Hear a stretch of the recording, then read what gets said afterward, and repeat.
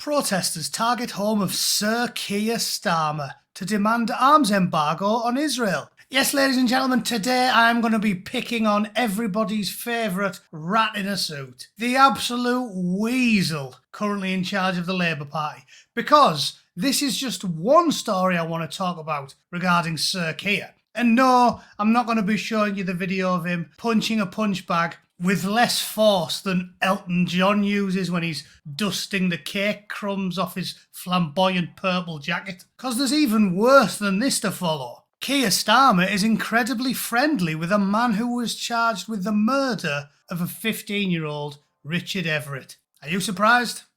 I'm not. If I was on a double-decker bus in Middlesbrough, there was two teenagers snogging on the front seat, and I heard a strange grunting noise and turned round and saw Keir Starmer pulling himself off on the back seat, that wouldn't surprise me either. In fact, I'd entirely expect it from the loathsome wretch. So sit back and enjoy the show, because I'll be going on a bit of a rant about the self-serving slime that run the United Kingdom suddenly being concerned about enforcing the law now that it affects them. Didn't care when your life was getting ruined by far-left activists for the last 5 years, but now it's affecting them, they really want to do something about it. And then we'll finish up with this walking toilet, this oxygen thief of the highest order, Keir Starmer, and his strange, peculiar friendship with, well, some of the dregs of humanity. I'm sure this'll be a barrel of laughs.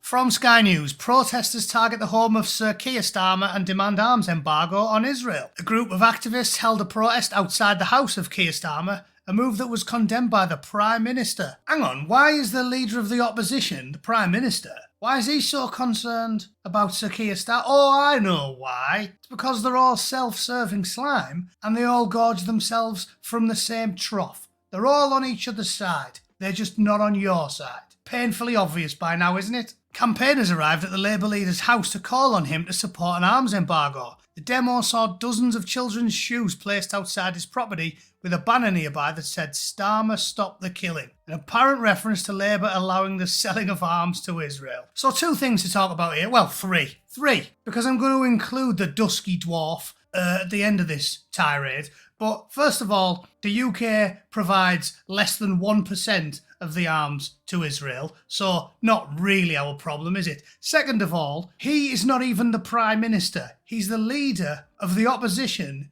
in a little island thousands of miles away from Israel and Palestine, who has almost nothing to do with any of it. Now, I know the woke left are arrogant because, well, they have a right to be.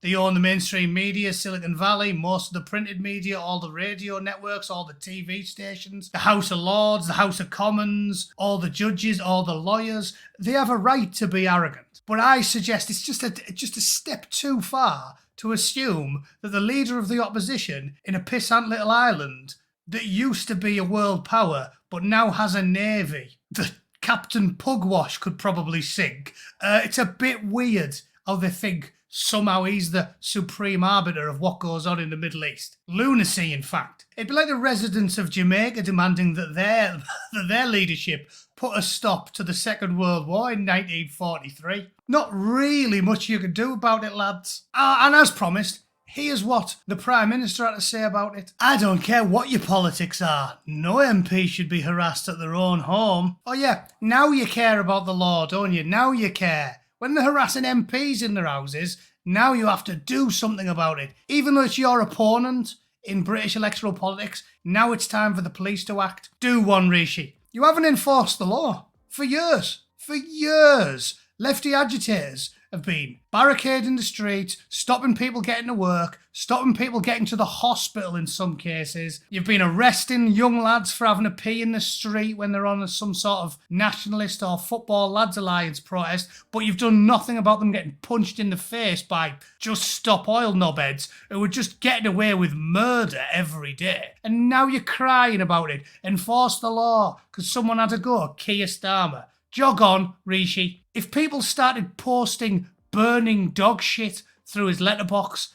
I wouldn't care at this point. You can't have it everywhere. I've been saying this for years. Politicians are morons. They always do it. It's like Justin Trudeau when he starts passing all these laws to stop people disagreeing with him. If you pass laws or don't apply the law when it suits you, you're making a rod for your own back, because when someone else takes over, they'll use the stuff that you rammed through to persecute you. This is why you're meant to have a light touch with governance, because it's a very, very slippery slope. And the inverse is true. If you don't apply the law whenever you like, willy-nilly or selectively, then you've got no moral high ground and the public won't support it. You can't allow them to have free rein for years and now start whinging because they're doing something you don't like, you horrible little poison dwarf. Oh yeah, now let's get back to Keir, shall we? Keir Starmer is incredibly friendly with a man who was charged with murder. Ah yes, but he looks a certain way, and when you look a certain way in Keir Starmer's eyes, you can't do anything wrong. Bill Cosby. No, except for Bill Cosby. Manchester Bombers, except for them.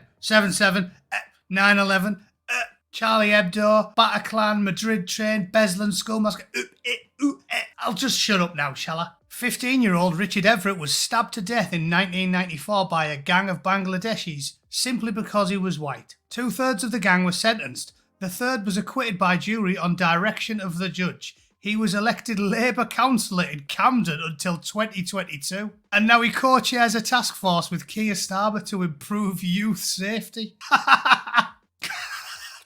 You have to laugh. It's not funny because a young lad lost his life. But laughter in the face of lunacy is all we've got left. So you have to laugh.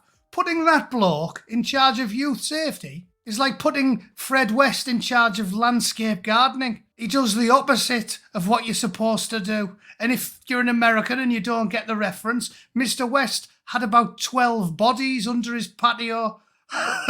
Fred West's crazy paving is not something you want in your backyard. This is madness. This is madness. The people running the world are insane. What do I keep telling you? The people that lecture you the loudest on social media, people like Keir Starmer or this fella now, this happy-go-lucky butcher, they're the worst people in the world. Anybody who virtue signals loudly is awful. That's why they do it. They've got more skeletons in the closet than Pol Pot. That's why they do it. And normal blokes like me who never go online and go, I'm amazing. Yeah, I'm a good moral person. We're the bad guys because we don't type things on Twitter. Stan Collimore's another good example. Ulrika Johnson wrote a book and called him a full-blown, violent, abusive sex pest. And then he goes on Twitter and a couple of times a day types something nice like, yeah, believe all women. And now they're all going, oh yeah, Stan Collymore, there's a splendid gentleman. Are you having a laugh?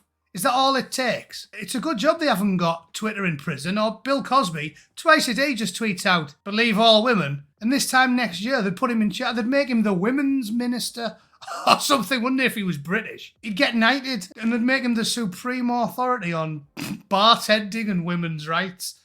You couldn't make this stuff up. So, to sum up, Keir Starmer is lower than a rattlesnake's ball bag. Rishi Sunak is a toxic, poison dwarf of the highest order, and frankly I wouldn't trust him to run me a lemonade stand in my front garden, let alone a country. And everything the Orange Oracle said has been proved true. There's a cabal of woke globalist psychopaths running the world. They all agree on everything all of the time, and just like Keir and Rishi and Biden and Guy Verhofstadt and Ursula von Scheisse and Klaus and everybody else in a position of power, we are all Tommy ducked because lunatics are running the world. Up is down, left is right, and truth is lies. But still, at least you're all entertained, aren't you? And that's all that matters, because as long as you're entertained, you'll do naught about it. Well, hang on. Does that mean I'm part of the problem as well? No, because this isn't entertaining.